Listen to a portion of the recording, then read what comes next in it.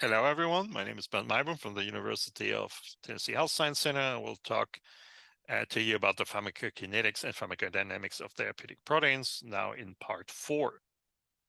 The goal of this section is to understand the role of the neonatal Fc receptor, also termed FcRn, in the disposition of antibody-derived therapeutic proteins.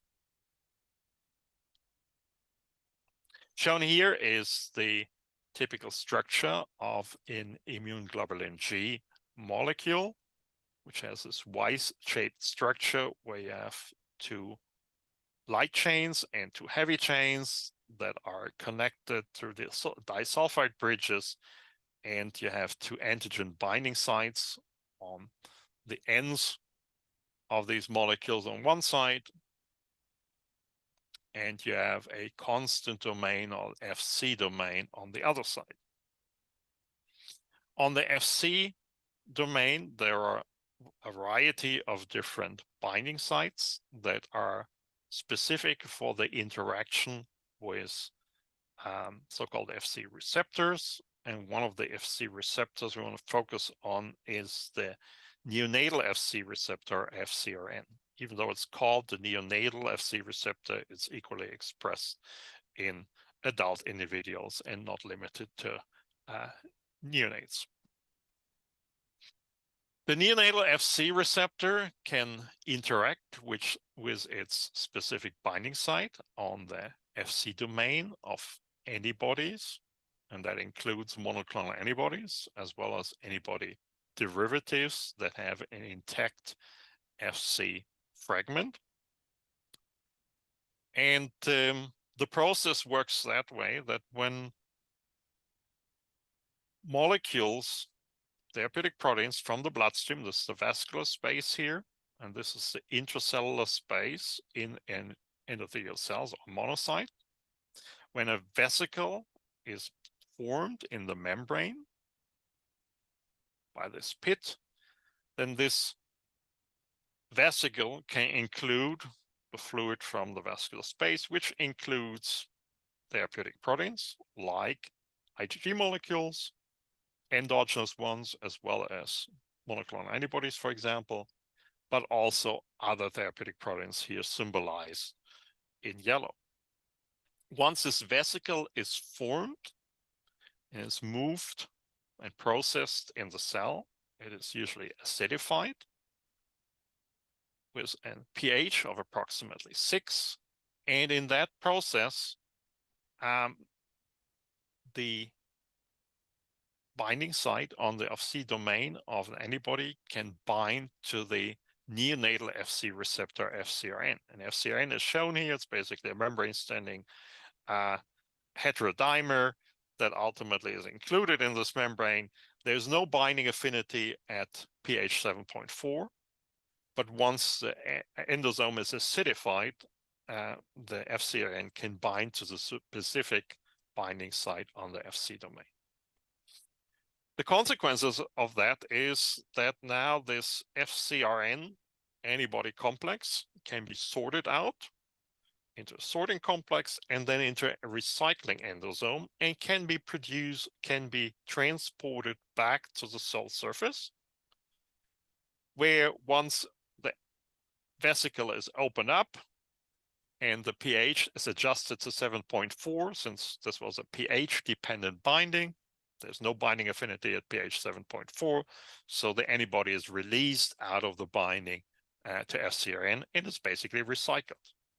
In contrast to therapeutic proteins, like the ones shown here in yellow, that basically do not interact with FcRn, they undergo lysosomal degradation. So this FcRn-mediated recycling process is an efficient process to prevent IgG molecules from undergoing lysosomal degradation. The consequence of that is that you have a substantially increased residence time and substantially increased elimination half-life for IgG molecules compared to other similarly sized proteins in the body. The half-life for IgG1 2 and 4 are natively around the 18 to 21 days. IgG3 has a lower binding affinity to FcRn, and by that the recycling process is less efficient, and by that IgG3 molecules have a half-life of approximately 7 days. And if you give, for example, a murine IgG molecules to a human that has a very low binding affinity to FcRn, you have a half-life of 1 to 2 days. Now, the FcRn recycling process, even though it is an interaction of a therapeutic protein with a receptor, is usually not soluble at therapeutic concentrations at which most monoclonal antibodies or other therapeutic proteins that have a Fc domain, and by that a binding site to this receptor at doses that these molecules are used at. The efficiency of this process is shown in this little graphic, where you have in plasma usually a concentration of approximately 12 milligrams per milliliter of IgG molecules, so immune globulin G endogenously. Of that, 7.4% is everyday newly synthesized, but 18% is actually taken up into, for example, endothelial cells or reticular endothelial system cells for catabolism.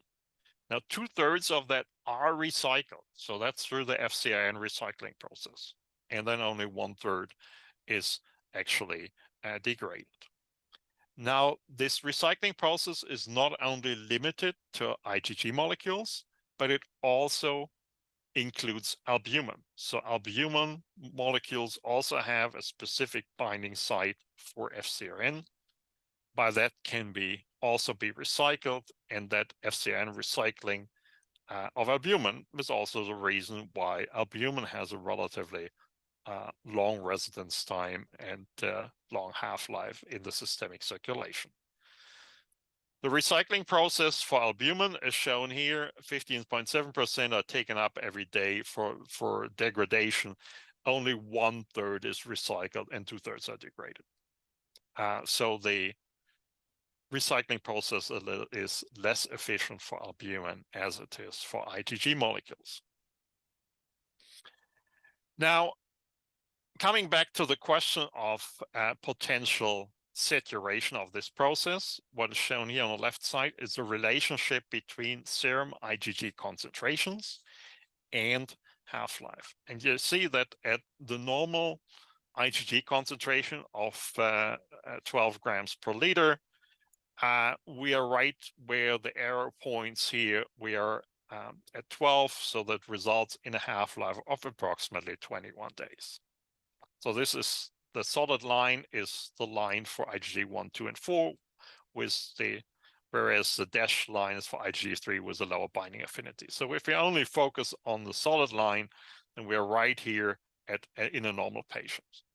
So if we now give a therapeutic dose of a monoclonal antibody, for example, then doses range depending on antibody between a few hundred milligrams to perhaps 1 or 1.5 grams. That is very minor contribution to the overall amount of IgG that's in the body, between 50 and 100 grams. So by that, you do not change the overall IgG concentration in the body, and by that, you do not affect the FcRn recycling process. So you stay at this point. You would only change that process if you give either massive amounts of immune globulin G, and that's sometimes done by intravenous immunoglobulin therapy or IVIG therapy, where you give massive amounts of IVIG. In that instance, you could imagine you increase the serum concentration of IgG. By that, you start to saturate the FcRn recycling process.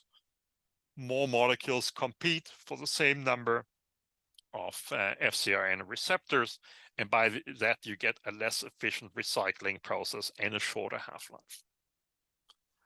The opposite could occur, or Now, another example for that would be disease conditions where you have a largely increased immune globulin concentration.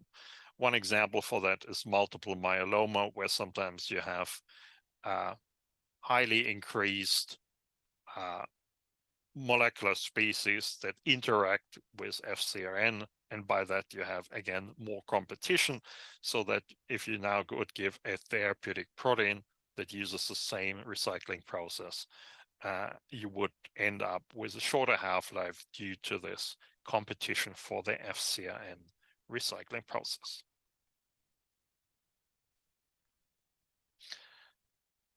So in summary for this section, the neonatal Fc receptor FcRn is an efficient mechanism of preventing monoclonal antibodies and albumin molecules from undergoing lysosomal degradation, leading to a long residence time and long terminal half-life for these protein molecules.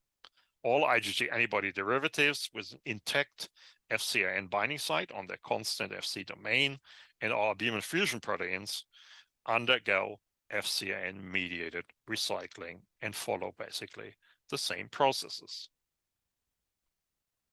Again, here is a self-assessment question for this section.